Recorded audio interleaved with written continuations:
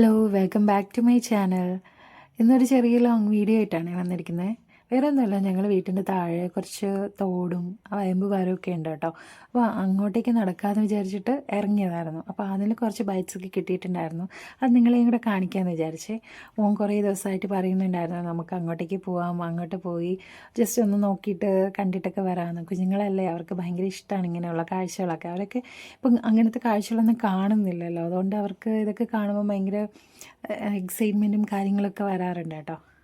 അങ്ങനെ ഞങ്ങൾ പോകുന്ന ടൈമിൽ ഞങ്ങളുടെ വീടിൻ്റെ താഴെ ഒരു വീട്ടിൽ ഇതേപോലെ നിറച്ച് നാരങ്ങ കാച്ചി നിൽപ്പുണ്ടേ.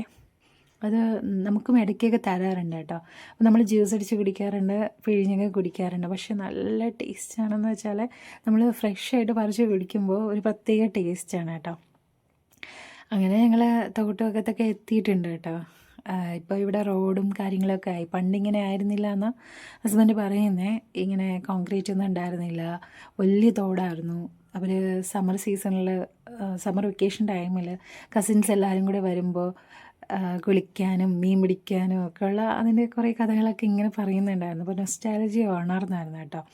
മോന് അതിൻ്റെ ഇടയിൽ വെള്ളത്തിൽ ചാടാനായിട്ട് ഇറങ്ങിയിട്ടുണ്ടായിരുന്നു. ഇത്തിരി വെള്ളം കുറച്ച് കുറവാണ് കേട്ടോ. വേനലായതുകൊണ്ട് വെള്ളം ഇപ്പോൾ വളരെ കുറവാണ്. മാത്രമല്ല അവിടെ തട കെട്ടിയിട്ട് വെള്ളം ഇങ്ങനെ സ്റ്റോപ്പ് ചെയ്തിട്ടൊക്കെയാണ്. അപ്പോൾ അഴുക്കൊക്കെ വന്ന് അടിയുന്നുണ്ട് കേട്ടോ. അതുമാത്രമല്ല അതിൻ്റെ ഇടയിൽ കുറേ ഇലകളൊക്കെ വീണിട്ട് അഴുകി, ഈ ഒഴുക്കില്ലാത്തത് കൊണ്ട് തന്നെ അഴുകി അവിടെ തന്നെ കിടപ്പുണ്ട്. അപ്പോൾ നമ്മൾ കാല് ഇടുമ്പോഴും ഒരു വഴുവഴുപ്പ് ഫീൽ ചെയ്യുന്നുണ്ട്. അപ്പോൾ ഞാൻ മോനോട് പറയണം അതിൽ തൊടരുത്, വെള്ളത്തിൽ തൊടരുത്, കൈകൊണ്ട് തൊടരുത്, മുഖത്തൊന്നും എടുത്തൊഴിക്കരുത് എന്നൊക്കെ പറയുന്നുണ്ട്. അപ്പോൾ അതേപോലെ അവൻ കേട്ടിട്ടുണ്ടായിരുന്നു. ഞാനും ഇറങ്ങിയിട്ടുണ്ടായിരുന്നു. കൊച്ചിനെ പറഞ്ഞിട്ട് കാര്യമില്ല, എനിക്കും ഈ വെള്ളം കാണുമ്പോൾ ഒരു വിരുവിരിപ്പ് വരാറുണ്ട് കേട്ടോ. ഞാനും എവിടെ വെള്ളം കണ്ടാലും കാല് നനച്ചിട്ടേ പോകാറുള്ളൂ. അങ്ങനെ ഞാനും കുറച്ച് ഇറങ്ങിയിട്ട് ഞാൻ ഉടനെ കയറിയിട്ടുണ്ടായിരുന്നു കേട്ടോ.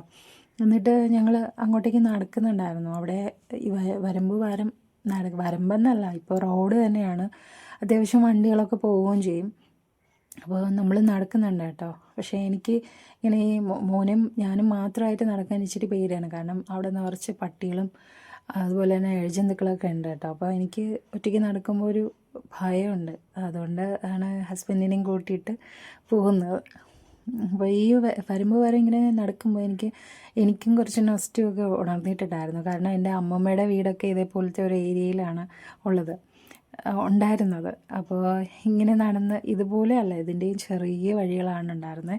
അപ്പോൾ നമ്മളിങ്ങനെ നടക്കണം. അതിൻ്റെ ഇടയിൽ കൂടെ നടന്നിട്ട് പാലങ്ങളൊക്കെ ഇട്ടിട്ടുണ്ടാവും അവിടെ ഓരോ സ്ഥലത്തും ക്രോസ് ചെയ്യാൻ വേണ്ടിയിട്ട്. ഇതേമാതിരി തന്നെ അത് പക്ഷേ തെങ്ങിൻ്റെയും കമുകിൻ്റെയൊക്കെ ആ ഒരു തടിയായിരിക്കും ഇട്ടിരിക്കുന്നത്. അപ്പോൾ അങ്ങോട്ടും ഇങ്ങോട്ടേക്കും പാസ് ചെയ്യുമ്പോൾ നല്ല പേടി തോന്നും. കാരണം തെങ്ങും കമുകൊക്കെ ആകുമ്പോൾ ഒറ്റ കമ്പിൽ നമ്മൾ അങ്ങോട്ടും ഇങ്ങോട്ടേക്കും പോകുമ്പോൾ എങ്ങനെയായിരിക്കും, നമ്മൾ സ്ലിപ്പ് ആവാനുള്ള ചാൻസ് ഉണ്ട്. അങ്ങോട്ടും ഇങ്ങോട്ടേക്കും ബാലൻസ് തെറ്റാനുള്ള ചാൻസൊക്കെ ഇല്ലേ. അപ്പോൾ അതൊക്കെ എനിക്കിപ്പോൾ ഓർമ്മ വരുന്നുണ്ട്. കാരണം ഇങ്ങനെയുള്ള സ്ഥലങ്ങളിലൊക്കെ അങ്ങോട്ടും ഇങ്ങോട്ടുമൊക്കെ കയറി ഓടുമായിരുന്നു ചെറിയ കുട്ടിയായിരുന്ന ടൈമിൽ. അപ്പം എനിക്കിതൊക്കെ ഇങ്ങനെ ഓർമ്മ വരുന്നുണ്ടായിരുന്നേ. അപ്പോൾ അവിടെ ഇതേപോലെ തന്നെ വെള്ളത്തിൽ കാണുമ്പോൾ വെള്ളത്തിലും എടുത്ത് ചാടാറുണ്ട്. അപ്പോൾ ഈ ഒരു സ്ഥലത്തെത്തുമ്പോൾ ഈ ഒരു വീട് മാത്രം ഒറ്റപ്പെട്ട് നിൽക്കുന്നുണ്ട്. കണ്ടു കഴിഞ്ഞാൽ നല്ല പേടിയാവും കേട്ടോ. അപ്പോൾ ഞാനിങ്ങനെ ചോദിച്ചു, ഇവരെങ്ങനെയായിരിക്കും അവിടെ ഇപ്പം താമസമില്ല കേട്ടോ ആൾക്കാരൊന്നും. അപ്പോൾ ഇവരുണ്ടായിരുന്ന ടൈമിൽ എങ്ങനെയായിരിക്കും ഇവർ താമസിച്ചത്? കാരണം രാത്രിയൊക്കെ ആകുമ്പോൾ ഭയങ്കര സൈലൻ്റ് ആയിരിക്കും, പിൻ ഡ്രോപ്പ് സൈലൻ്റ് ആയിരിക്കും. ചുറ്റിലും ഇതേപോലെ കാടും അല്ലേ. അപ്പോൾ ഭയങ്കര പേടിയാവില്ലേ എന്നൊക്കെ ഞാൻ ചോദിച്ചുകൊണ്ടിരിക്കുകയായിരുന്നു. പിന്നെ ഈ ഒരു ഏരിയയിലോട്ട് വരുമ്പോൾ ഇവിടെ പച്ചപ്പ് കാണുന്ന ഏരിയയിലൊക്കെ നിറച്ച് ഓണം ടൈം ആകുമ്പോൾ മഞ്ഞപ്പൂക്കൾ വിടരും കേട്ടോ. ആ റബ്ബർ കാടിൽ നിറച്ച് ആ മഞ്ഞപ്പൂക്കളുണ്ടാവും. കാണാൻ ഭയങ്കര ഭംഗിയാണ്. ആ പച്ചപ്പിൽ ഇങ്ങനെ മഞ്ഞ കളർ ഇങ്ങനെ വിടർന്ന് ചെറിയ പൂക്കളാണ് കേട്ടോ, നിറച്ചുണ്ടാവും. അപ്പം വിടർന്ന് നിൽക്കുമ്പോൾ കാണാനായിട്ട് ഭയങ്കര ഭംഗിയാണ്. അങ്ങനെ ഞങ്ങൾ കുറച്ച് നേരം അവിടുത്തെ പാലത്തിൻ്റെ വക്കിലൊക്കെ കുറച്ച് നേരം കയറിയൊക്കെ ഇരുന്നിട്ട് കുറച്ച് മുന്നോട്ട് നടന്നു കേട്ടോ. ഈ ഒരു ഏരിയയിലോട്ട് ഞാൻ ആദ്യമായിട്ടാണ് വരുന്നത്. അപ്പോൾ ഇങ്ങനെ അങ്ങോട്ടേക്ക് നടന്ന് നമുക്ക് നോക്കിയിട്ട് വരാമെന്ന് പറഞ്ഞിട്ടാണ് ഞങ്ങൾ പോകുന്നത് കേട്ടോ.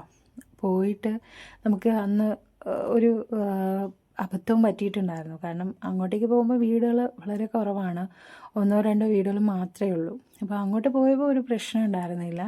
തിരിച്ച് വരാൻ നേരത്ത് നമുക്കൊരു പ്രശ്നം ഉണ്ടായി കേട്ടോ. ദാ ഇത് ഇരുന്ന് അച്ഛനും മോനും കൂടെ കാണിക്കുന്നത്. അവിടെ ഒരു ഞണ്ട് കിടക്കുന്നുണ്ട്. ഞണ്ടിന് ജീവനുണ്ടോ എന്ന് അറിയാൻ വേണ്ടി കല്ലെടുത്ത് എറിഞ്ഞ് വെക്കുക. അച്ഛനും കൊള്ളാം, മോനും കൊള്ളാം. രണ്ടുപേരും കൂടെ കുഞ്ഞിക്കളി കളിക്കുകയാണ്. പക്ഷേ അത് ചത്ത ഞണ്ടായിരുന്നു. അതുകൊണ്ടാണ് അത് അനങ്ങാതെ അവിടെ കിടന്നത്. അങ്ങനെ ഞങ്ങൾ പോകുന്നുണ്ടേ. ദാ ഈ ഒരു ഗേറ്റിൻ്റെ അവിടെ എത്തുമ്പോൾ അങ്ങോട്ട് പോയപ്പോൾ ഒരു കുഴപ്പമുണ്ടായിരുന്നില്ല.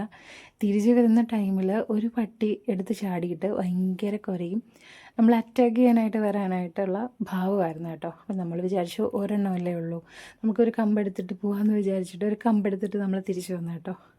തിരിച്ചു വന്നപ്പോൾ ഇത് കുരയ്ക്കുന്ന കേട്ടിട്ട് ഒരു 5-6 ഇങ്ങോട്ടേക്ക് ഇറങ്ങി വന്നു കേട്ടോ.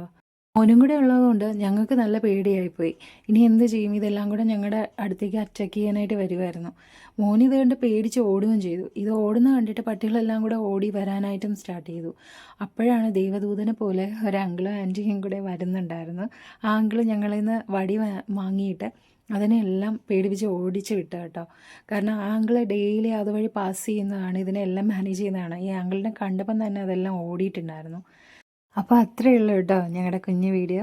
Tata bye bye.